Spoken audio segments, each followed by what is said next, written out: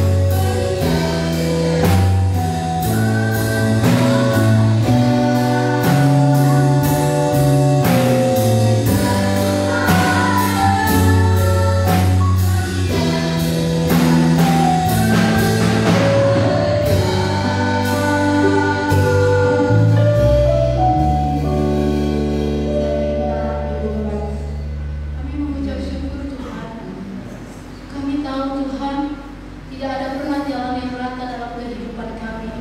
Bahkan awan mendung, hujan gelap gulita meliputi kehidupan kami.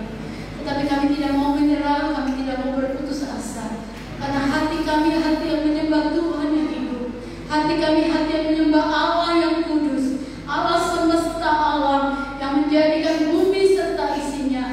Dan tidak ada satupun yang membuat hati kami takut dan gentar ataupun tak khawatir Tuhan kami akan segala persoalan, akan segala masalah, akan segala sakit penyakit, bahkan kekurangan itu Tuhan. Kami mau hidup bersama janji-janji firman-Mu, sebab janji-Mu ya dan amin. Tidak pernah orang percaya ditinggalkan Tuhan, tidak pernah orang yang berharap kepada Tuhan mendapatkan malapetaka sehingga dia jatuh dan tergeletak. Tangan Tuhan sanggup mengangkat saya, tangan Tuhan sanggup mengangkat saudara, tangan Tuhan sanggup mengangkat kita semua. Percayalah kepada Tuhan. Di masa-masa yang sukar ini pasti ada pertolongan yang luar biasa bagi saya dan saudara. Imani setiap firman Tuhan, imani setiap doa-doa kita, imani setiap penyembahan kita di hadapan Tuhan, sebab masih ada mujizat bagi setiap kita yang percaya. Hamba-Mu Tuhan yang akan menyampaikan firman-Mu sebentar lagi. Kau sembunyikan hamba-Mu di belakang salib-Mu Tuhan. Kau pinjam bibir hamba-Mu menjadi suara-Mu sore hari ini. Kami mau dibebaskan, kami mau mendapatkan jawaban yang pasti akan setiap janji firman-Mu ya Tuhan. Dan kami percaya Tuhan Kau memberkati setiap Tuhan kami yang melayani Tuhan hari ini, sidang jemaat yang sudah hadir maupun yang di rumah Tuhan. Kami percaya Tuhan ada perlindungan Tuhan, ada penjagaan Tuhan, ada pertolongan Tuhan. Bahkan kami sudah memberikan persembahan, kami rindu persembahan kami bagaikan dupa yang berbau harum di hadirat Tuhan, menyenangkan hati-Mu, memperlebar Injil kerajaan Tuhan. Bahkan Tuhan untuk rumah Tuhan, agar di dalam rumah Tuhan ada makanan, di dalam rumah Tuhan ada kesendosaan, di dalam rumah Tuhan ada kelimpahan. Kami menjadi orang percaya, orang yang memiliki rumah Tuhan menjadi rumah berkat. Terima kasih Bapak. Kami tahu Tuhan Kau sanggup membalas, memberkati setiap korban persembahan kami. Dan kami sambut firman-Mu dengan ucapan syukur di dalam nama Tuhan Yesus Kristus. Haleluya. Amin.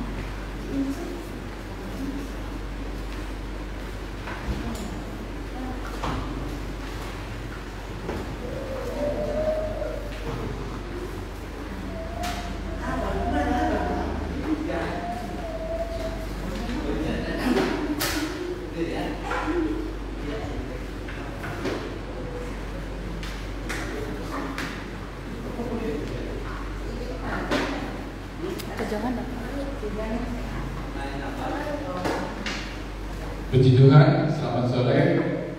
Haleluya. Di luar hujan Bapak Ibu cukup dingin, tadi cukup panas. Sebelum hujan sekarang sudah mulai.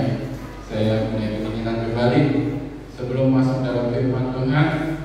Tadi sebenarnya dibuka ruang kesaksian, saya nanti aja sekalian kesaksiannya. Oke, selamat datang Pak Johan sendirian.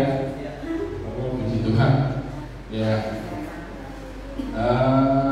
saya bersyukur, berterima kasih kepada Tuhan karena Tuhan Yesus baik dan sangat baik dari dulu sampai sekarang, bahkan sampai selama-lamanya.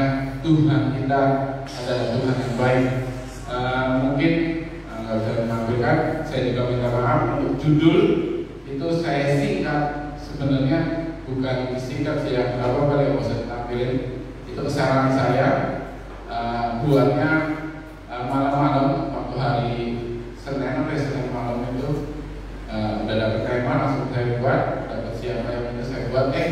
Saya pikir bagus, ternyata waktu dipajang tadi Aca bilang kok disingkat sih?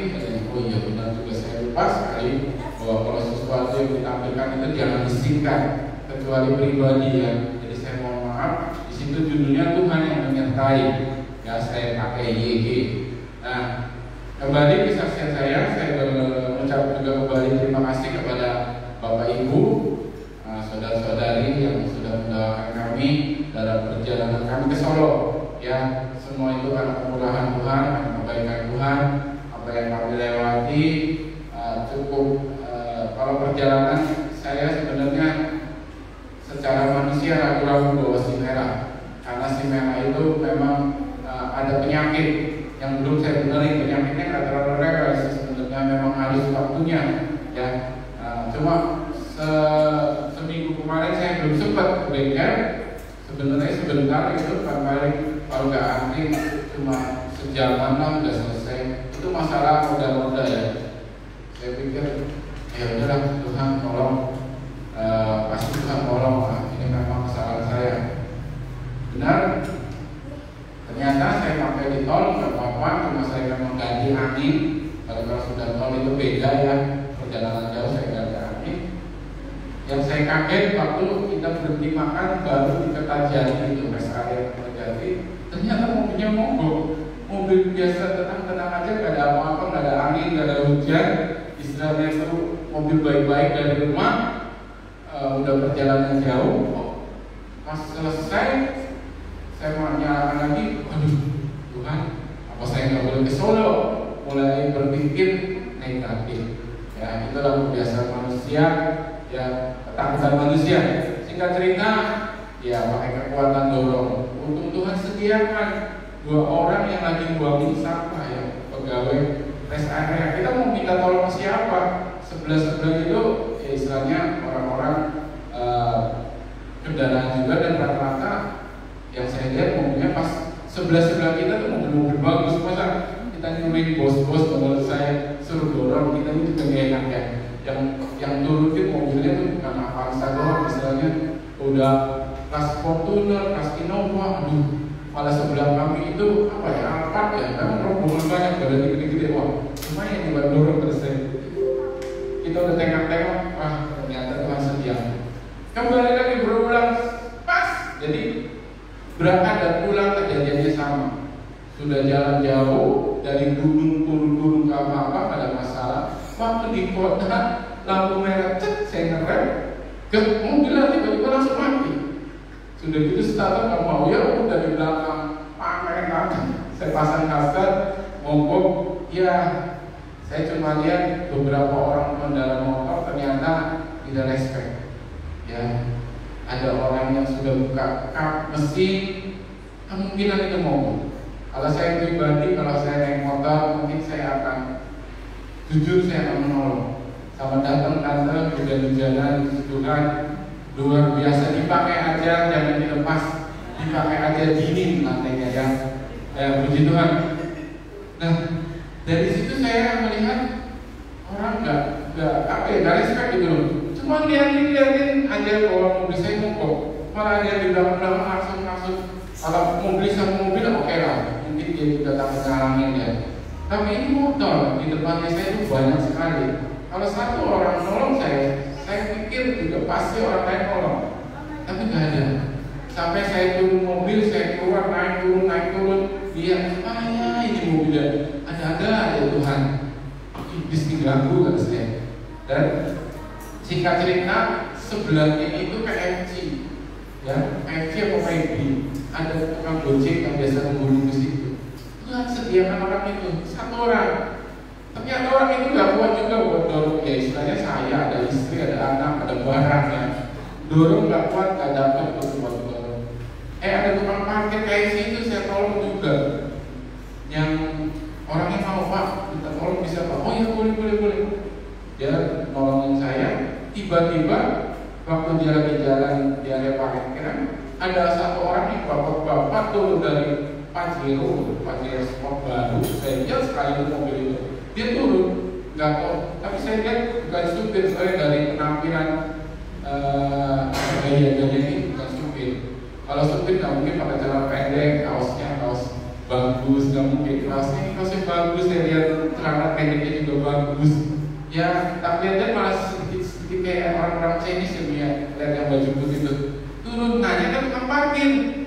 Saya malah ada takut takutnya dia yang punya MC itu lagi pas main, ya pakai bahasa Jawa, saya sayup, ada apa? Itu bapak mobilnya mogok minta dorong, dia ikut serta coba 3 orang dorong saya. Jalan cuma berapa meter dari situ ke situ didorong dan langsung mobil jalan. Puji Tuhan, saya istilahnya kasih ucapan terima kasih. Terus saya bingung yang bos ini, saya mau ngasih berapa? Ini pakainya Pajero pada saya. Jadi saya, Pak, makasih ya Pak. Oh ya Pak, masa saya kasih 10.000, 20.000 ya lucu ya saya. Makasih Pak, makasih kalau bukannya saya merendahkan tukang ojek atau tukang parkir ya, cuma mereka kan misalnya lebih membutuhkan ya, dari situasi kondisinya. Puji Tuhan, mobil itu dari situ kejadian ke tempat koko saya rusak itu cuma 7 kilo. Nah kita parkir di situ sore itu, sampai di sore situ kita makan kurang lebih sejam, terus pamit pulang saya tetap nyala lagi. Nah benar-benar saya pikir ini Tuhan menguji kami. Buat saya ini ujian itu banyak, masalah mobil, masalah kesabaran, masalah kita apa tanggapan kita tentang segala sesuatu sehari-hari kita, ya keadaan kita. Ya pada sore hari ini saya membawakan tentang Tuhan yang menyertai. Nah itu saya ambil pas sekali apa yang saya mau khotbahkan, ternyata kejadiannya. Jadi belum saya khotbahkan sudah kejadian juga, ya istilahnya. Maaf saya masih ada garau, ininya terlalu ya. Jadi Tuhan tuh yang menyertai kita. Jangan takut Bapak Ibu. Ya, oh ya udah gampang ngomong, gampang sekali ngomong Tuhan menyertai. Tapi mari kita iman, mari kita berubah, pola pikir kita berubah. Kita harus kuat dalam hati kita, pegang teguh Tuhan kita adalah Tuhan yang menyertai, bukan Tuhan yang hanya istilahnya dipanggil-panggil saja. Bukan. Tuhan ini Tuhan yang menyertai kita, Tuhan yang selalu ada di dalam hidup kita. Ya, kita buka ayatnya di 2 Tawarik 32 ayat 8. 2 Tawarik 32 ayat 8. Bisa boleh?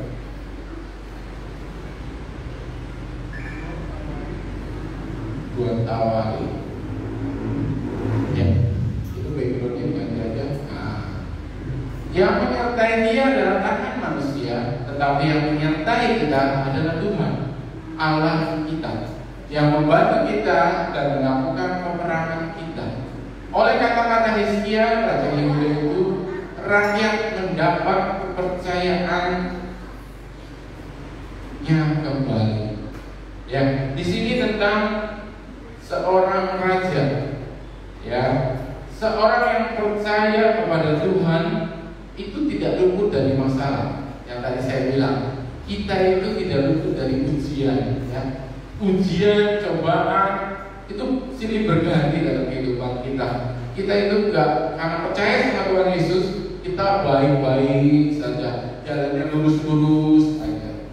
Ya, tadi lagu terakhir pun yang bilang Tuhan tidak pernah janji akan selalu memberi jalan yang baik terus, lurus, halus terus. Tapi Tuhan mau menyertai, Tuhan berjanji mau menolong. Nah, ini salah satu contoh, ya, orang yang takut akan Tuhan, orang yang percaya kepada Tuhan bahwa Tuhannya itu menyertainya. Ya, salah satunya itu Raja Hizkia. Raja ini adalah raja yang melakukan kebaikan di hadapan Tuhan.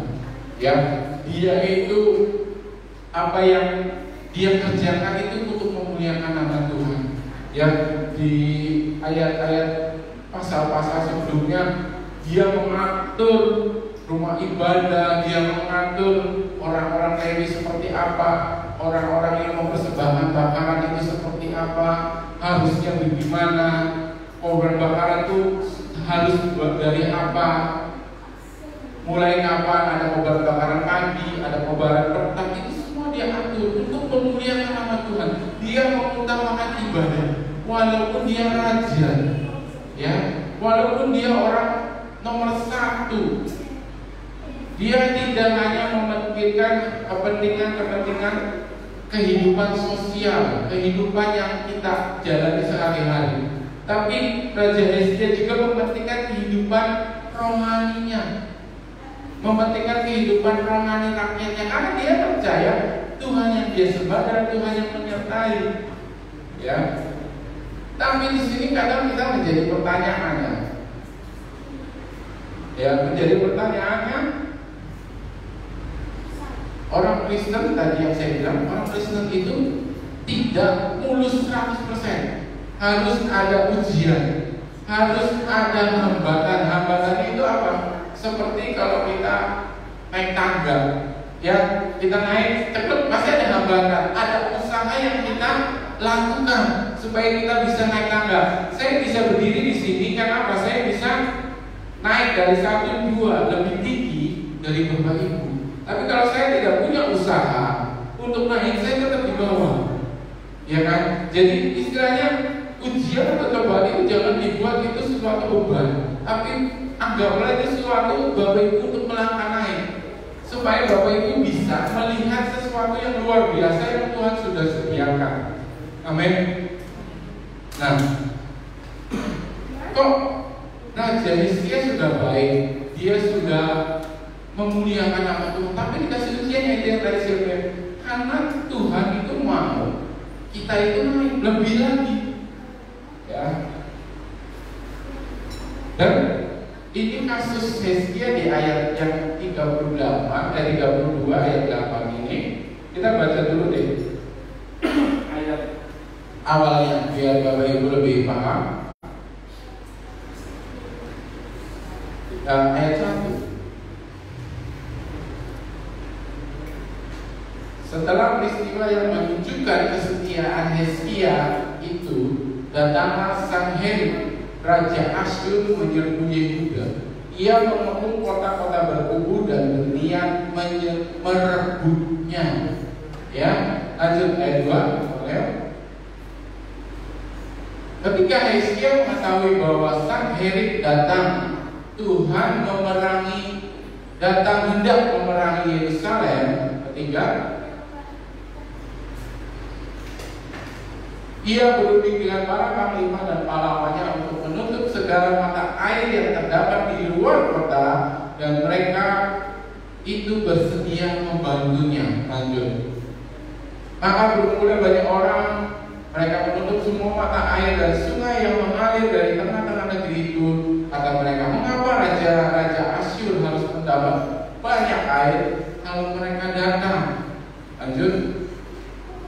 Ayat 5, dengan sekuat tenaga Hizkia membangun kembali seluruh tembok yang telah terbongkar, mendirikan menara-menara di atasnya dan temboknya yang lain di luarnya. Ia memperkuat juga Milo di kota Daud dan membuat kambing dan perisai dalam jumlah yang besar. Nah, di sini yang tadi saya bilang, di sini ada usaha yang Hizkia buat, yang seperti tadi saya bilang, ada persoalan, ada masalah. Kalau kita hanya diam di situ, tidak ada usaha yang apa yang kita buat, nah, kita tidak akan bisa bertahan, kita tidak akan bisa naik. Nah, di sini Hizkia ini mau diserbu oleh Sanherib, ingin menyerbu Yehuda. Nah, dengan cara apa yang dia punya? Dalam arti kita punya skill, kita punya keahlian mungkin, kita punya kepintaran, kita mungkin punya harta. Ya, misalnya kita punya masalah sakit, kita punya uang untuk berobat kan, nggak salah ke dokter, nggak dosa, tapi utamakan untuk kita berdoa. Ya, kita pakai harta itu untuk kita berbuat sesuatu. Nah, Hizkia di sini dia pakai tadi pertama panglima, pahlawan diajak semua untuk menutup saluran-saluran air, ya, supaya orang-orang raja-raja Asyur itu tidak datang menyerang. Ya, terus yang keenam, ini yang bagus. Ia mengangkat panglima-panglima perang yang kepala rakyat, menyuruh mereka berkumpul kepadanya di halaman pintu gerbang kota dan menenangkan hati mereka dengan kata-kata, ya, kuatkan dan teguhkanlah hatimu, jangan takut dan terkejut terhadap Raja Asyur serta seluruh rakyat yang menyertainya, karena yang menyertai kita lebih banyak daripada yang menyertai dia. Nah, ini yang poin yang penting. Raja Hizkia itu bukan hanya punya pikiran, kepintaran, kekuatan, harta, semuanya, tapi dia punya satu yang lebih penting, yaitu Tuhan. Dia punya iman, ya. Raja Asyur itu akan menyerang Yehuda itu.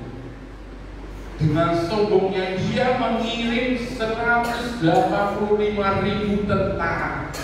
185.000 tentara, ya. Kita buka ayatnya. Dan ini istilahnya nanti aja, nanti ayatnya nanti aja, ya.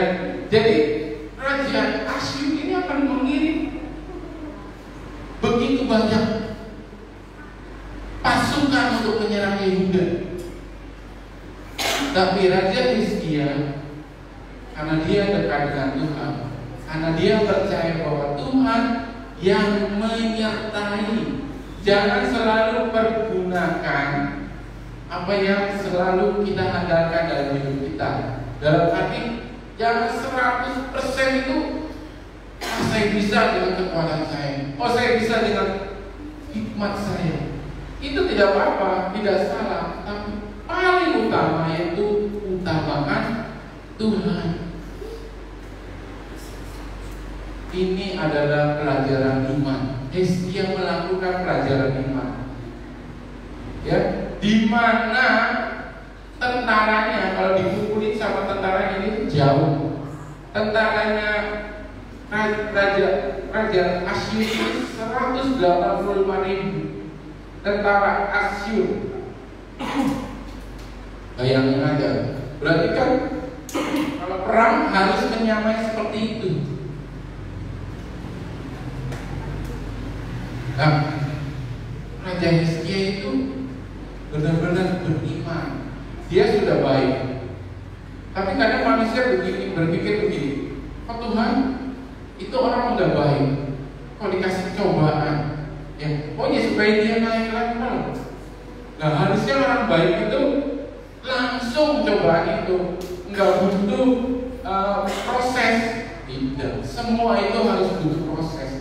Semua itu butuh waktu untuk iman kita naik, Bapak Ibu. Untuk iman kita semakin kuat, semakin besar dalam kehidupan kita. Tuhan itu enggak di dalam hidup kita enggak hanya, maksudnya Dia itu berdaulat dalam hidup kita. Dia itu mengamati kita selalu buat orang-orang yang percaya. Dia itu tidak, dan itu iman buat saya, itu buat pengharapan buat saya. Dia tidak satu detik pun, ya, tidak mengamati kita. Itu luar biasanya Tuhan Yesus. Dia itu maha tahu, maha hadir, maha mengerti bahkan isi hati kita. Dia tahu. Saya tidak tahu isi hati atau pikiran Koyohan saat ini. Mungkin saat ini dia sedang mendengar khotbah saya. Pikirannya mungkin dia bingung. Itu Raja Asyur siapa? Hizkia itu siapa? Saya tidak tahu, ya. Saya tidak mengerti, tapi Tuhan itu tahu isi hati kita. Bahkan yang lagi melayang-layang itu Tuhan tahu. Badannya di sini, pikirannya lagi masih di Solo, kayak saya masih ketinggalan. Ternyata di Tawamangun enak juga Bapak Ibu, ya. Cuma saya sampai lindur tidur itu, ya. Matiin GAC.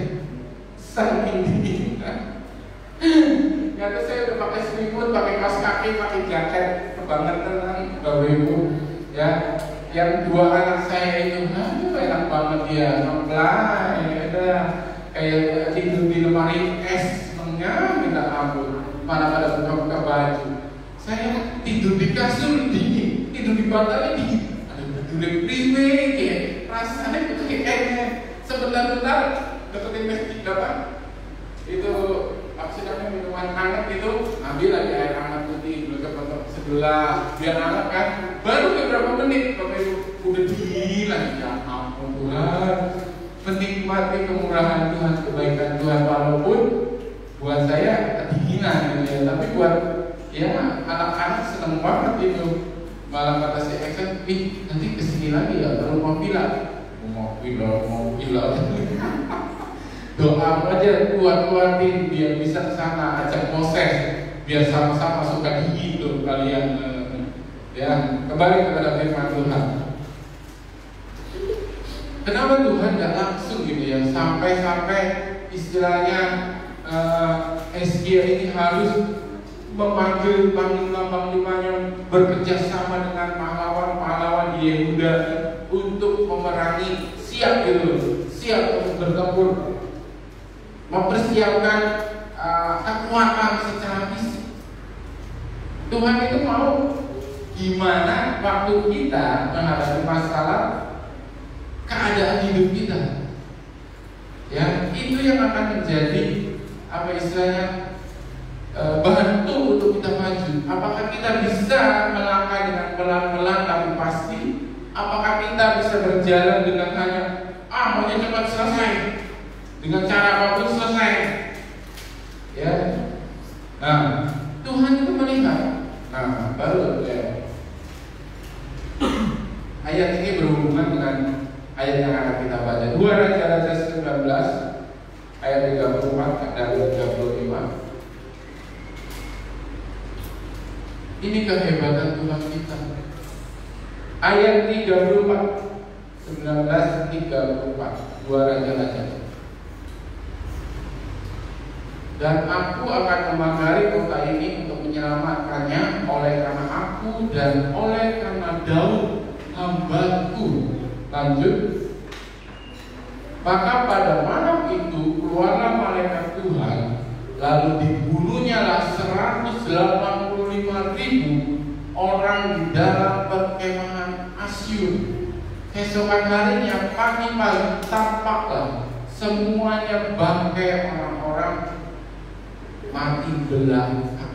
Mati belaka itu matinya apa ya? Gak ada istilahnya, gak ada artinya, gak tahu kenapa, atau belum mati.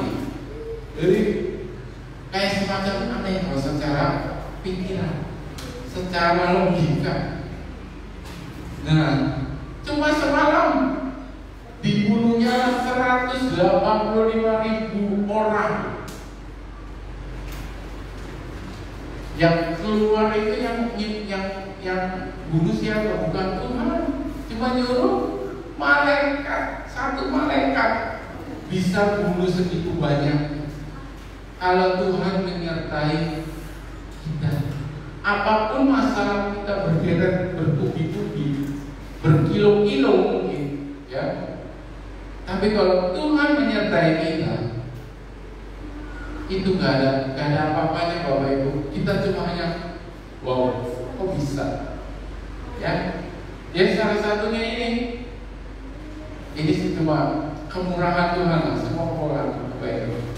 Saya itu sering sekali punya anggapan, mungkin kalau Mama Elis sudah sering ya, kami itu belum pernah namanya pergi sekeluarga di tempat dingin. Ya semalam aja gitu menikmati keindahan ciptaan Tuhan. Itu saya sudah bilang, nih Lembang yuk, saya bilang menikmati kalau hari-hari biasa, hari Senin 500 dapat mungkin sekamar kalau saya kan. Yang penting ada air panasnya. Iyanya doang. Lama-lama males lah, enak di kamar dewek. Itulah istri saya. Dia jarang kalau nggak ada sesuatu yang penting dia akan pergi. Salah satunya ini, contohnya yang kemarin dia pergi ngebet pergi banget. Salah satunya itu nostalgia. Ya, dari SMP sampai punya anak gua dia belum pernah kembali injak rumahnya omnya. Sedangkan omnya dari kita merit, adiknya merit, kedua orang tua kita, mertua saya meninggal, datang terus ke Banjarsari. Kami nggak pernah kesana kata ya. Jadi saya pikir oh ya udah ada kepentingan juga. Balik. Saya pikir istri saya saya cuma WA, istilahnya bilang ke tantenya itu, tante ada kamar nggak di pastori? Soalnya kepikirannya tuh rumahnya 3 lantai ya. Jadi bawah itu dapur sama kamar-kamar yang bantuin dia. Kedua itu lantainya, kamarnya kalau nggak salah tante ya, atas tuh kamar anaknya. Ya kita pikir ya udah kalau enggak ya gelaran kemana di ruang tamu nggak apa-apa kan, saya pikirkan yang kepikiran seperti itu aja. Tiba-tiba kami sampai ngobrol, udah istilahnya jalan-jalan, yuk makan dulu katanya. Oh iya nggak apa-apa, terus nanti habis makan langsung aja naik ke film. Emang gila? Saya udah mulai nih, aduh tepat dingin dong kalau bilang, aduh udah gak bawa baju yang rada-rada tebel. Istri saya nggak bilang bahwa fantasi itu rada dingin ya, atasnya lagi seperti 15 menit lagi udah tambah bangun, jadi kan dingin lagi ya. Pas itu bener diajaklah ke satu sebuah villa. Kita dipilih di villa itu ada satu rumah yang gede, setiap satu sisi rumah 2 kamar mandi, tapi di luar dapur, ruang tamu. Sebelahnya sini juga sama, 2 kamar, dapur dan kamar mandi 2 dan garasi. Garasi atasnya itu ada 1 kamar lagi. Kamar itu sebenarnya punyanya yang punya villa, ibunya itu mau dibuat buat tinggal. Tapi ternyata suaminya nggak seneng. Udah dibangun mahal-mahal, bangun antara garasi dan rumahnya dia sampai Gaseko itu habis 400 juta. Oh tadi nggak dipakai. Kita masuk tuh kayak rumah kamarnya sendiri. Masuk pertama ruangan salib. Belok kanan ada gambar kayak seperti itu Tuhan Yesus yang lampunya nyala. Ada kata-kata rohani, buka pintu ada salib lagi. Berarti benar yang punyanya orang Kristen. Ya, kalau yang di kamar yang di bawah itu enggak umum. Yang ini ibunya nawarin itu pakai aja yang di atas, kamar mandinya di dalam, kita senangnya. Jadi yang saya bilang apa? Bertahun-tahun kita punya planning mau nginep di Lembang, kejadiannya di Tawaman. Semua karena kemurahan Tuhan. Ya, gratis lagi, bebas lagi istilahnya. 2 hari yang saya dengar itu sehari semalamnya 1 juta. Yang saya dengar itu udah ada dapur, ada TV, ada wifi, ada bakar-bakaran, ada sediain arang, sediain kompornya. Pokoknya tinggal bawa bahannya aja udah di situ tuh. Kalau mau ketawa mampir lagi Pak, pokoknya siap, saya siapkan semua. Dengar segitu. Cuma kalau buat hamba Tuhan nanti mungkin beda. Ya puji Tuhan ya, itu semua itu karena kemurahan Tuhan, karena kebaikan Tuhan. Ya, bukan karena kami yang ke situ ya. Kami bikinnya cuma apa itu di pastori lah atau hotel melati mungkin ya. Ini bilang bahwa itu ya buat kami itu spesial, sangat spesial buat saya pribadi ya. Karena saya pikir saya paling banyak dikasih di sini ya. Jadi itu adalah mungkin hal-hal yang sepele, hal-hal kecil lah, bukan sepele, hal-hal yang kecil yang Tuhan berikan, sesuatu yang nggak kita pikirkan ya. Kalau secara manusia logika saya pikirkannya, saya pakai uang saya pergi ke Lembang, saya menginap di sana ya, menikmati keindahan, menikmati istilahnya ya kenyamanan yang Tuhan berikan. Tapi ini beda lagi, Tuhan berikannya dengan cara yang lain. Bapak Ibu pun seperti itu. Asalkan kita mau, Tuhan menyertai hidup kita. Raja Hizkia secara kekuatan itu sangat kalah. Ini cuma 1 malam tanpa perang, langsung Tuhan babat. Ya, bersiap dalam hidup ini bukan suatu kesukaran sudah terjadi, tetapi isilah pikiran kita, hati kita ini dengan firman-Nya. Bukan hanya dengan